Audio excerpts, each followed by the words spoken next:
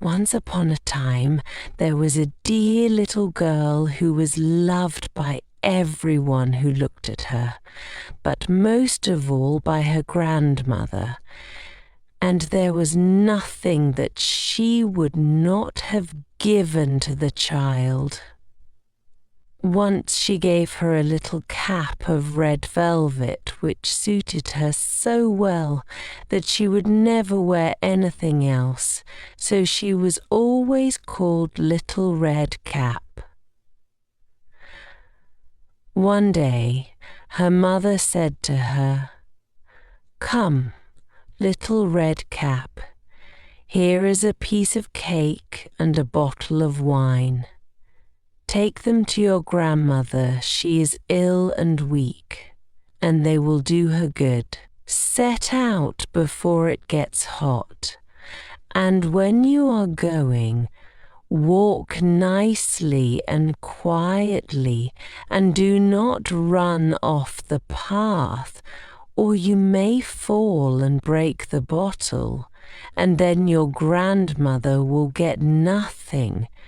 And when you go into her room, don't forget to say good morning, and don't peep into every corner before you do it." "I will take great care," said Little Red Cap to her mother, and gave her hand on it. The grandmother lived out in the wood, half a league from the village, and just as Little Red Cap entered the wood, a wolf met her. Red Cap did not know what a wicked creature he was, and was not at all afraid of him. "Good day, Little Red Cap," said he. "Thank you kindly, wolf. Whither away so early, Little Red Cap?" "To my grandmother's." "What have you got in your apron?" "Cake and wine. Yesterday was baking day, so poor sick grandmother is to have something good to make her stronger." "Where does your grandmother live, Little Red Cap?" "A good quarter of a league farther on in the wood. Her house stands under the 3 large oak trees. The nut trees are just below. You surely must know it," replied Little Red Cap. The wolf thought to himself, "What a tender young creature! What a nice, plump mouthful! She will be better to eat than the old woman. I must act craftily so as to catch both." So he walked for a short time by the side of Little Red Cap, and then he said, "See, Little Red Cap, how pretty the flowers are about here. Why do you not look round? I believe, too, that you do not hear how sweetly the little birds are singing. You walk gravely along as if you were going to school, while everything else out here in the wood is merry." Little Red Cap raised her eyes, and when she saw the sunbeams dancing here and there through the trees, and pretty flowers growing everywhere, she thought, "Suppose I take grandmother a fresh nosegay. That would please her too. It is so early in the day that I shall still get there in good time." And so she ran from the path into the wood to look for flowers, and whenever she had picked one, she fancied that she saw a still prettier one farther on, and ran after it, and so got deeper and deeper into the wood. Meanwhile, the wolf ran straight to the grandmother's house and knocked at the door. "Who is there?" "Little Red Cap," replied the wolf. "She is bringing cake and wine. Open the door."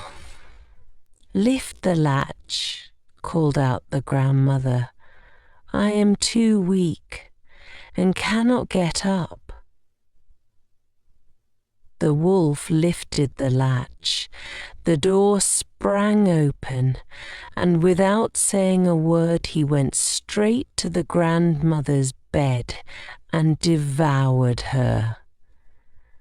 Then he put on her clothes, dressed himself in her cap, laid himself in bed, and drew the curtains. Little Red Cap, however, had been running about picking flowers, and when she had gathered so many that she could carry no more, she remembered her grandmother and set out on the way to her. She was surprised to find the cottage door standing open, and when she went into the room, she had such a strange feeling that she said to herself, "Oh dear, how uneasy I feel today.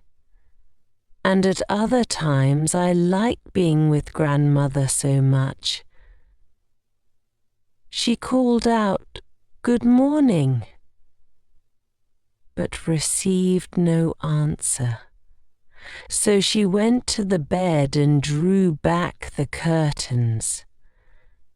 There lay her grandmother, with her cap pulled far over her face, and looking very strange. "Oh, grandmother," she said, "what big ears you have!" "The better to hear you with, my child," was the reply. "But grandmother, what big eyes you have," she said. "The better to see you with, my dear." "But grandmother, what large hands you have, the better to hug you with." "Oh, but grandmother, what a terrible big mouth you have, the better to eat you with." And scarcely had the wolf said this than with one bound he was out of bed and swallowed up Red Cap. When the wolf had appeased his appetite, he lay down again in the bed, fell asleep, and began to snore very loud. The huntsman was just passing the house and thought to himself, "How the old woman is snoring! I must just see if she wants anything." So he went into the room, and when he came to the bed, he saw that the wolf was lying in it. "Do I find you here, you old sinner?" said he. "I have long sought you." Then, just as he was going to fire at him, it occurred to him that the wolf might have devoured the grandmother, and that she might still be saved, so he did not fire, but took a pair of scissors and began to cut open the stomach of the sleeping wolf. When he had made 2 snips, he saw the little Red Cap shining, and then he made 2 snips more, and the little girl sprang out, crying, Ah, how frightened I have been! How dark it was inside the wolf, and after that the aged grandmother came out alive also, but scarcely able to breathe. Redcap, however, quickly fetched great stones with which they filled the wolf's belly, and when he awoke, he wanted to run away, but the stones were so heavy that he collapsed at once and fell dead. Then all three were delighted. The huntsman drew off the wolf skin and went home with it. The grandmother ate the cake and drank the wine which Redcap had brought and revived. But Redcap thought to herself, "As long as I live, I will never by myself leave the path to run into the wood when my mother has forbidden me to do so." It also related that once when Redcap was again taking cakes to the old grandmother, another wolf spoke to her and tried to entice her from the path. Redcap, however, was on her guard and went straight forward on her way and told her grandmother that she had met the wolf and that he had said good morning to her, but with such a wicked look in his eyes that if they had not been on the public road, she was certain he would have eaten her up. "Well," said the grandmother, "we will shut the door that he may not come in."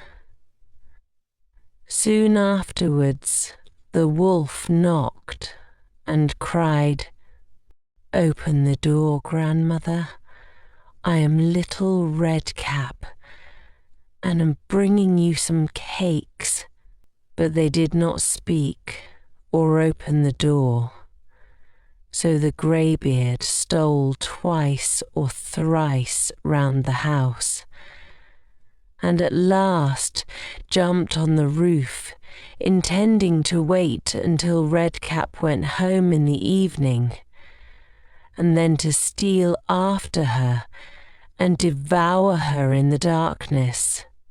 But the grandmother saw what was in his thoughts. In front of the house was a great stone trough, so she said to the child, "Take the pail, Redcap. I made some sausages yesterday, so carry the water in which I boiled them to the trough." Redcap carried until the great trough was quite full.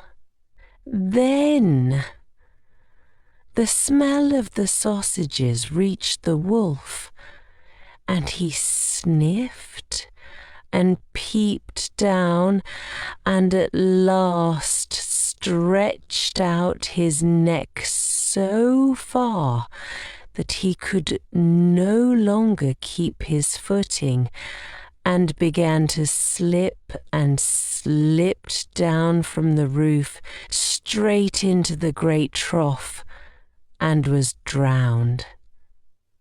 But Redcap went joyously home, and no one ever did anything to harm her again.